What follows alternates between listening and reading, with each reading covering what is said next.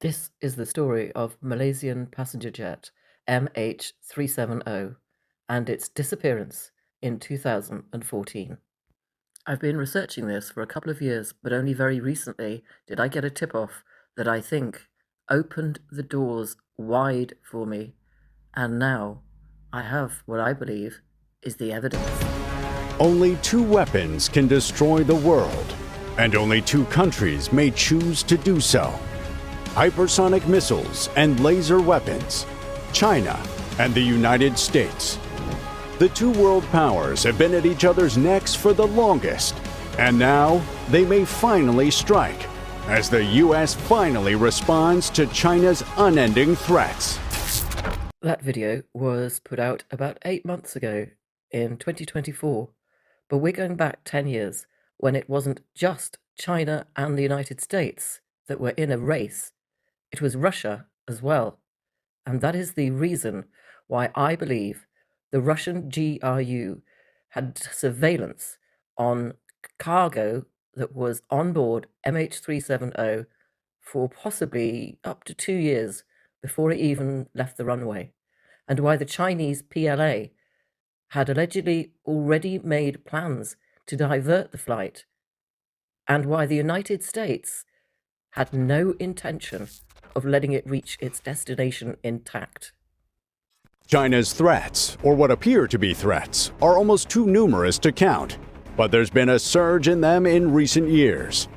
In August 2020, the Chinese People's Liberation Army Rocket Force fired a number of ballistic missiles into the northern end of the South China Sea from locations in mainland China, simulating an apparent anti-ship strike.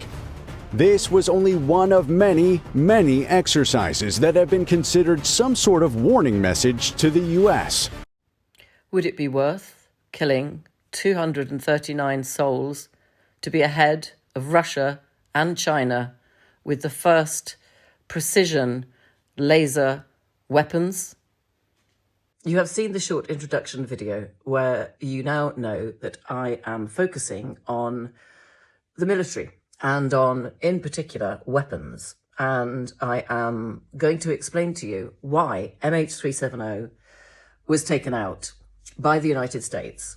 And that should not come as a surprise to you if you have been following Ashton Forbes, who has a video that he believes to be a video actually of the aeroplane with all the 239 souls on board that disappeared in March of 2014. I've done many other reports on this, so there is some background to it if you want to catch up, but I'm going to try and run through this fairly smoothly because I know everybody just wants to know the truth. And it is a horrible truth. It is a truth that I think if I was in the United States, I probably wouldn't be allowed to sleep in my bed tonight. I would probably be arrested. And I know that there are big risks in me doing this. But as I am not taking any legal action, and at the moment I'm only going to provide the proof of what I believe to be correct, and I have all the paperwork behind it, then I'm just going to express my opinion. Okay? It's not an accusation. This is my opinion.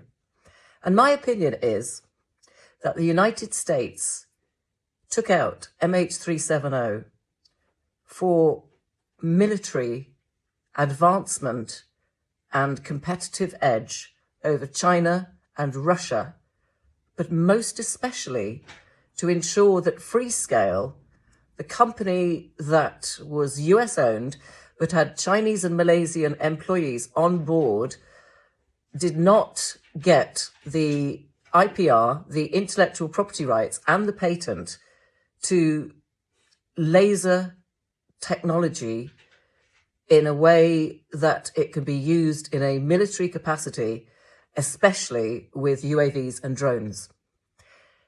And the company that connects all of this together is a huge, great big military contractor in the United States whose biggest shareholders at the time, the non-employee shareholders, were BlackRock,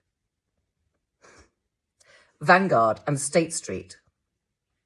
And those companies in 2014, when that plane disappeared and when the United States got hold of what I'm going to explain to you made millions and millions out of this. But the biggest winner out of all of it, by a huge amount, was the United States in a race with China and Russia at the time to be able to be the first country able to deploy a weapon of mass destruction. That's ironic, isn't it? So I finished my last video telling you that I had discovered on a military forum that I should follow the gyroscope. And in all the investigations over the last 10 years, with all these amazing people, really clever journalists and other people that have investigated the disappearance of MH370, nobody had ever mentioned a gyroscope. But I found it on a couple of forums, military and nuclear, and I was determined to find out what relevance it had. And as I started going down the rabbit hole, I found more and more out about gyroscopes. And I'm not a technical expert, but then I started to put two and two together. And I also connected in the Maersk Alabama, which is a cargo ship, which was in the Seychelles, having some cargo guarded because it was very sensitive and very precious. And the two Navy SEALs that were guarding it died in very strange circumstances. It was put down to heroin and drug overdose, which the families, the friends, everybody said is just not feasible. It's not something that would have happened to those two guys. So I'm at the stage really where over the last day or so, I've been looking more into what was so important in the cargo, or maybe it was the people cargo on board MH370, that somebody, and I didn't put the US in at this point, somebody would want to stop it getting to its destination. Okay. So I had 10 points that I needed to satisfy myself with, okay? 10 points that I was looking for in something that would answer that question. It had to be in 2014. It had to involve Freescale. It had to have the word gyroscope in it. It had to have a weapon or some sort of threat linked to it. It had to have a military aspect to it. It had to relate to innovation or something new that had happened in 2014 that was breaking ground that had not been done before. It had to potentially relate to the ship in the Seychelles, the Maersk cargo ship. That's 8 so far. It had to have an international focus that meant it would link in both China, the PLA being, one of the players that reportedly was not going to let this plane get to its destination, and Russia, the GRU. I had 10 points there. And today I found something that fits with 8 of them. And that's where I went. And you know what? I can hardly bear to tell you this, but the most advanced, incremental, huge take-up in the technology behind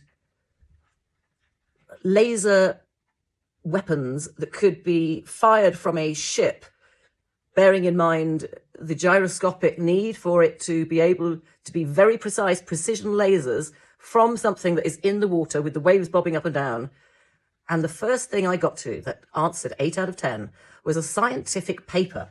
And this scientific paper was one of several I discovered. Now, the one I've got in front of me is entitled Accelerometer-Based Wave Motion Compensation on Ship-Mounted Weaponry. This paper was written in May of 2014, and there were about 6 or 7 others. There are lots of different authors behind it.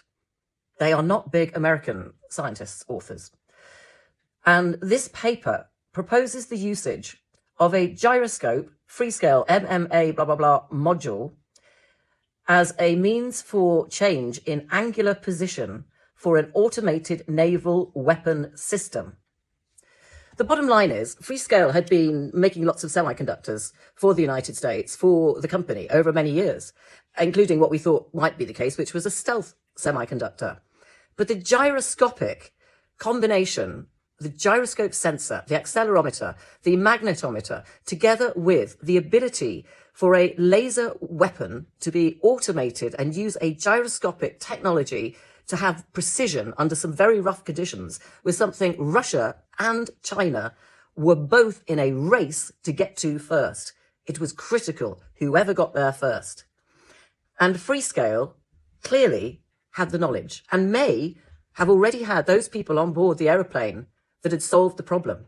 But through the paperwork I've got, Freescale had solved the problem. Now, I don't know whether the actual prototype, which is in one of those scientific papers, which was tested on board USS ships, was actually in the cargo, or whether they just had to get rid of Freescale. Because what happens is that today, all that technology, all the patents, and all the legals around the technology behind those precision laser missiles are owned by the US Navy. And the Department of Defense, you'll see in a minute, has paid multi-million dollars to a US contractor who is, shareholders are Vanguard, State Street, and BlackRock. In 2014, this was crucial. So let me explain. In 2014, the US Navy deployed the laser weapon system called LAWS, L, small a, capital W, capital S, on the USS Ponce, or Ponce, P-O-N-C-E. This marked the first operational deployment of an at-sea laser weapon. The LAWS was designed to target drones and small boats and other threats, providing a cost-effective and precise defense system. It operates by focusing a high-energy laser to disable or destroy targets, offering a glimpse into the future of naval warfare. This is 2014. And this laser weapon system is the first in the world by any military establishment from any country at the time that is able to do this. And the reason it's able to do it is because of Freescale technology. But the United States do not want Freescale, which has got Chinese and Malaysian employees on board this aeroplane, to be able to take any of the legal, commercial credit for this. I found scientific papers that talk about gyroscopic technology within military weapon systems, but in principle, not something that's actually been done. And these are referring to Freescale. These are referring to Freescale technology innovation at this stage, and this is 2014. So obviously I gave that a good look through, and then the next step I have to make is to find out whether or not this Freescale technology from 2014 could be the cargo, or related to the cargo, or related to the plane at least. So I looked through the details of what this piece of technology did, and then I straight away came up with a document from the International Committee of the Red Cross, which is called the Autonomous Weapons Systems. From the 26th to the 28th of March 2014, the ICRC convened an international expert meeting entitled Autonomous Weapons Systems. And at that meeting, Freescale, for the first time, are demonstrating on a presentation the first ever ability to fire precision laser weapons off a ship. At the same time, also coming up on an easy Google search, is the Navy Shipboard Lasers for Surface Air and Missile Defense, August 2014. The US Navy in August 2014 installed a prototype solid-state laser, blah, blah, blah. Bearing in mind, the plane has gone down in March 2014. So after the plane's gone, all this stuff starts coming out about the US having got this amazing piece of technology. So we then look at whether or not we can put it all together. So we find out that this technology, LAWS, L-A-W-S, was deployed on the USS Ponce, P-O-N-C-E, in the Persian Gulf in 2014, just within months of the plane going down. This is the US Navy. They took all the credit for it, but it was actually down to, this is where all the credit goes, a US contractor, Kratos, K-R-A-T-O-S. Kratos Defense and Security Solutions are seen as being the company that is behind this, that has been working hand in hand with the US military throughout. It represents a major leap in directed energy weapons, demonstrating the feasibility and effectiveness of laser systems in real-world scenarios. Now, at the time, China and Russia were this close with their own systems to being the first to get this type of amazing laser technology there. They were this close with their own things. They just needed that little bit of hurdle. And that little bit was obviously Freescale employees, presumably Chinese and Malaysian, who were probably on board the aeroplane, or certainly maybe had paperwork to prove that Freescale was behind it. But Freescale are wiped out from this point. When the plane goes down, it is now the US military and their contractor, Kratos, that is behind all of this. Okay, so in 2014, the US Navy deploy it in the Persian Gulf. They take it out and they're firing particularly drones. They're firing down drones, UAV drones. They're doing mass amount of testing in the Persian Gulf. Now, at the time, 2014, both Russia and China were developing laser weapon systems. Russia had the Peresvet, Peresvet, which was reportedly in testing and designed to counter drones and satellites. China was also working on laser technologies, including the Silent Hunter anti-drone laser weapon. However, details on their operational use hadn't come out because clearly China and Russia are very, very secretive and hadn't quite got as far as the US were now able to claim. So the LAWS system was not officially reported as being used in active combat. It was the US using it predominantly in the Persian Gulf. Now, the cargo ship, the Maersk, Alabama, that we talked about earlier, that had cargo on board that was very sensitive, where the 2 Navy SEALs died, that journey began in Oman. And from Oman went to the Seychelles, and normally from the Seychelles it would go down towards Kenya. The testing of this first laser precision weapon was in Oman, or was very close to it, obviously in the sea near it. So all the sort of testing in early days were Middle East, Indian Ocean as well. And later in 2014, the Navy actually announced it was the first operational use of a laser weapon at sea in any country, anywhere worldwide. This was a massive, great big thing. And the system was worth an absolute fortune. China and Russia realized that the Silent Hunter, which was a fiber optic laser air defense system, was not as far ahead as it should be. The same with Russia, they'd been left behind. So everything was now in the hands of the United States, who were exceedingly pleased about it. And as such, they paid Kratos a huge amount of money, which came from the US Department of Defense under Obama. BlackRock had 1,100 shares, Vanguard had 1,300 shares, State Street had quite a lot, 3.1%, 9.3%, 8.2% respectively. And this was the first operational use of laser direct energy weapons ever. And a budget of, 119 billion US dollars. 119 billion US dollars went into this project as a whole, into all the laser energy weapons. It was all seen as the United States having done this amazing thing. And the patents and all the legals don't mention anything other than the US military having developed all of this through the ONR, the Navy Research Group. President Obama in 2010 again was talking about it quite openly, and in the annual reports that you look at of Kratos, you will see that somebody, a large contractor, tried to contest the fact that they had developed all this themselves. I wonder who that could have been. So we go on then to look at the financials behind it, which are absolutely absurd. Huge amounts of multi-million dollars come out of the United States over the next few years. The Missile Defense Agency pays Kratos, I think, $250 million that year. Their profits, their numbers go up 38% in 2014. Their shareholders obviously are very pleased. You know who the shareholders are. And for the United States, it was victory. They had got rid of any evidence that Freescale were at all involved with it. They'd beaten Russia and China to be the first with this laser weapon. They'd also been the first to effectively get a grip of drones and drone warfare. And laser-guided system technology was now something where the United States had stolen a march. Isn't that worth taking the lives of 239 souls for? Freescale Semiconductor, which had been providing advanced technology semiconductors for military purposes to the US government, and which had 20 employees on board MH370, was acquired by NXP Semiconductors in 2015 for $11.8 billion, creating a company valued at over $40 billion. The major shareholders included BlackRock, Vanguard, and State Street. Freescale had been experiencing financial challenges with significant debt and undergoing restructuring efforts prior to this acquisition. At the same time in 2014, Kratos Defense and Security Solutions, which shares the same overlap in investor names but focuses on defense and national security solutions, including advanced technologies for the military, was partnering with the US government on what would become ultimately the US biggest, most advanced laser weapon technology, LARS.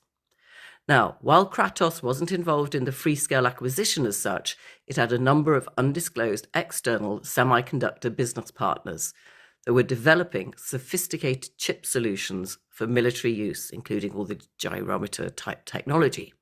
In early 2014, Kratos publicly stated that they had faced delays in their laser technology projects, specifically the laser weapon system for the US Navy, making the deadline for the deployment on the USS Ponce uncertain.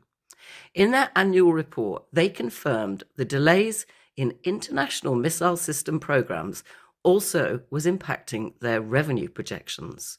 All of this is on record. So following the disappearance of MH370 in March that year, March 2014, things changed. The US Navy deployed the LARS laser weapon system on the USS Ponce, successfully testing it in the Persian Gulf, mainly against drones and small boats, the first time ever. The competitors suspected to be legally challenging Kratos, like Lockheed Martin, Raytheon, Northrop Grumman, were also developing similar high-energy laser systems at the time.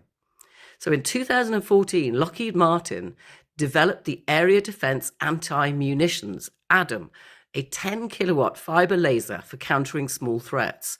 Northrop Grumman worked on the Joint High-Power Solid-State Laser, a 105-kilowatt system.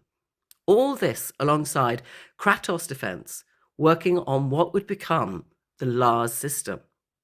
In 2014, the US Army, the DOD, and President Obama's administration invested $119 billion in military laser projects. Kratos saw a 38% increase in their performance that year, with $868 million of additional revenue, including $450 million from the US missile defense budget. Also, between 2013 and 2015, the US significantly increased military aid to Israel on missile defense systems like Iron Dome and Arrow 3. The US Congress approved $235 million for this, with Israel required to spend half of it in the US to benefit American defense contractors like Raytheon, which made some of the components for Iron Dome and Arrow 3. All of this in 2014, the same year MH370 disappears.